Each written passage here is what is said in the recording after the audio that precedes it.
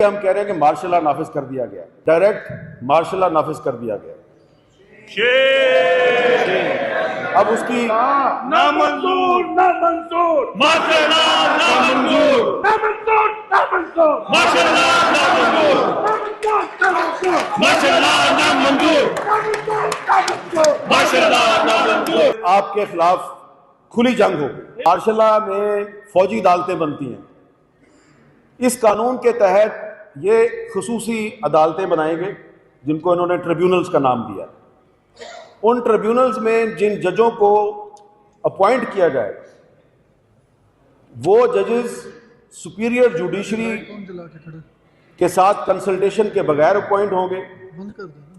यानी कि जो आइन का आर्टिकल 175 है जो कि जजेस की अपॉइंटमेंट का एक तरीकाकार आपको बताता है, उसकी वायलेशन होगी। और वो ऐसे जज होंगे कि हुकूमत अगर उनसे गैर मुतमिन है, फेडरल गवर्नमेंट, तो किसी भी वक्त उस जज को उसकी नौकरी से फारिग किया जा सकता है।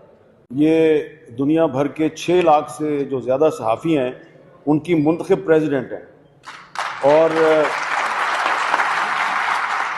आज ये यहाँ पे हमारी मेहमान है और मैं मौलाना फजलुर रहमान साहब को, जनाब महमूद खान अचकज़ई साहब को, सेनेटर अल्लामा नासिर अब्बास साहब को, दिनेश कुमार साहब को, स्टेज पे जितने भी मेरे सीनियर्स बैठे हैं उन सब को यहाँ पे खुशामदेद कहता हूँ। और यकीनन स्टेज पे बैठे हुए कुछ जो हमारे बुज़ुर्ग हैं, सीनियर सियासतदान हैं, वो आपका जोशो जज्बा देख के ये सोच रहे होंगे कि भाई ये मरने मारने के लिए क्यों तैयार हो गए। तो यकीनन आपसे कोई चीज़ छुपी हुई नहीं है, लेकिन आपको सिर्फ ये अर्ज़ करना है कि ये जो कानून आया है पीका तरमीमी बिल 2025, अगर आपने यकीनन ये कानून पढ़ा होगा, क्यों, लेकिन पार्लियामेंट में तो ये बगैर बहस के मंजूर हो गया। तो पार्लियामेंट में तो बहस नहीं हुई, तो अल्लामा नासिर अब्बास साहब सेनेटर हैं, अगर वो इसको पढ़ें, जनाब अचकज़ई साहब, मौलाना साहब और ख़ास तौर पे मेरा भाई दिनेश कुमार, वो इसको गौर से पढ़ें अगर, तो आपको पता चलेगा कि इस कानून के ज़रिए पाकिस्तान में इनडायरेक्ट नहीं, डायरेक्ट मार्शल लॉ नाफिज कर दिया गया।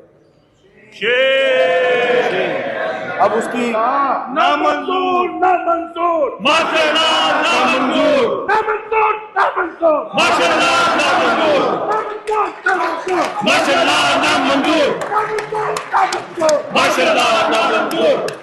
मैं सिर्फ ज़्यादा वक्त नहीं लूँगा, सिर्फ मैं बताना चाहता हूँ कि क्यों हम ये कह रहे हैं कि मार्शल लॉ नाफिज हो गया। ये जिस किसी के पास भी अपना एक मोबाइल फ़ोन है वो सोशल मीडिया इस्तेमाल करता है, सिर्फ सहाफ़ी नहीं, आम पाकिस्तानी भी। तो ये जो नया कानून है, इस कानून के तहत इन्होंने एक नई रेगुलेटरी अथॉरिटी बनाई है। तो आपके पास अगर आप ट्विटर पे हैं या आप यूट्यूब इस्तेमाल करते हैं या आप इंस्टाग्राम इस्तेमाल करते हैं या आप फेसबुक इस्तेमाल करते हैं, तो आपको उस अथॉरिटी के पास जाके अपनी रजिस्ट्रेशन करवानी है। और उसके बाद जब आप रजिस्ट्रेशन करवाएंगे तो उसके बाद ही आप इसको इस्तेमाल कर सकते हैं, अदरवाइज आपके खिलाफ इस नए कानून के तहत कार्रवाई होगी।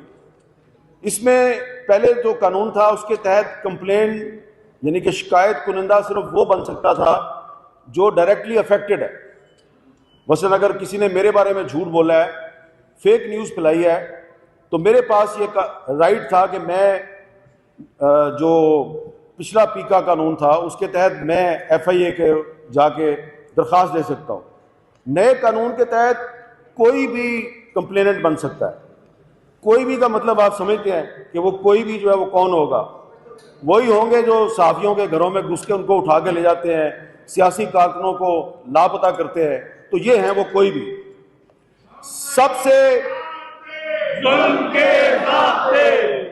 सबसे ज़्यादा जो इसमें तशवीशनाक बात है कि मार्शल लॉ में फौजी अदालतें बनती हैं। इस कानून के तहत ये खुसूसी अदालतें बनाएंगे जिनको इन्होंने ट्रिब्यूनल्स का नाम दिया।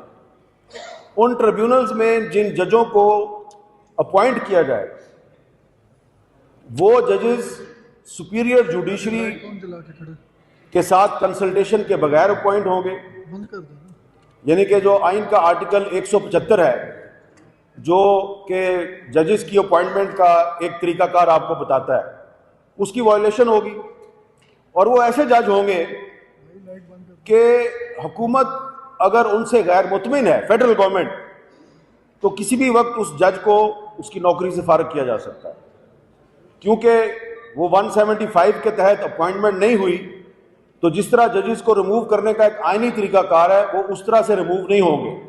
फेडरल गवर्नमेंट ही उनकी अपॉइंटिंग अथॉरिटी है, और अगर किसी जज साहब ने हुकूमत की मर्जी का फैसला नहीं दिया तो हुकूमत उसको फारिग कर देगी। तो ये कानून जो है ये सिर्फ आम पाकिस्तानियों और सहाफ़ियों के खिलाफ इस्तेमाल नहीं होगा, बल्कि इस कानून के ज़रिए एक पैरेलल जुडिशरी कायम कर दी गई है, स्पेशल कोर्ट्स जिनको उन्होंने ट्रिब्यूनल्स का नाम दिया। तो अब इस कानून को मुख्तलिफ हाई कोर्ट्स में भी चैलेंज किया गया है, एक दरख्वास्त सुप्रीम कोर्ट में भी है, लेकिन लगता यह है कि अदालत से शायद हमें इंसाफ ना मिले।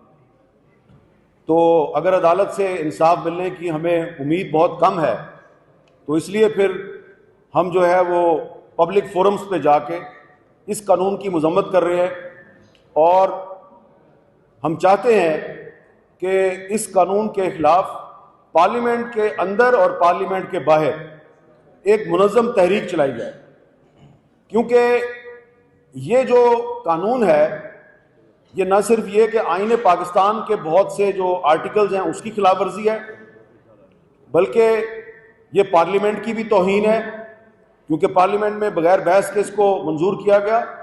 ये जुडिशरी की भी तौहीन है, और सबसे बड़ी बात यह है कि इस कानून के ज़रिए जो रियासत है उसके कुछ इदारों को ये राइट मिल गया है कि वो किसी भी सहाफ़ी को, इरशाद आरिफ साहब को या ये नईम मुस्तफ़ा साहब हैं जो यहाँ पे आज चीफ इलेक्शन कमिश्नर थे, तो वो जो chief election commissioner of Pakistan में बैठा हुआ है, वो तो इतना फेयर एंड फ्री इलेक्शन नहीं करवा सकता जितना नईम मुस्तफ़ा ने करवा दिया। तो ये नईम मुस्तफ़ा साहब जो हैं, ये इनको भी इस कानून के तहत सज़ा दी जा सकती है। अच्छा, सज़ा जो है वो बहुत ज़्यादा है, 3 साल भी है, 10 साल भी है, 20 लाख भी जुर्माना है, और इससे ज़्यादा भी है। तो ये एक तरह से इसीलिए हम कह रहे हैं कि मार्शल लॉ नाफिज कर दिया गया। इससे क्या होगा कि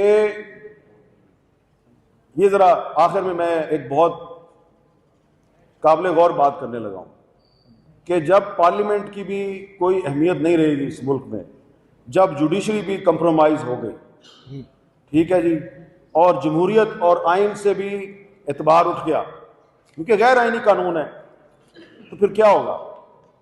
फिर ये होगा कि वो लोग जो आइन को नहीं मानते, जो जमहूरियत पे यकीन नहीं रखते, जिनको आप कहते हैं जी इंतहा पसंद या मिलिटेंट, तो इस कानून ने उनके हाथ मजबूत किए, और इस कानून से पाकिस्तान में नफरतें बढ़ेंगी, इस कानून से पाकिस्तान में इंतहा पसंदी बढ़ेगी, जमहूरियत और आइन से लोगों का एतमाद उठेगा, और जिस मुआशरे में जमहूरियत और आइन से आम आदमी का एतमाद उड़ जाता है, तो आप उस मुआशरे को खाना जंगी की तरफ धकेल देते हैं।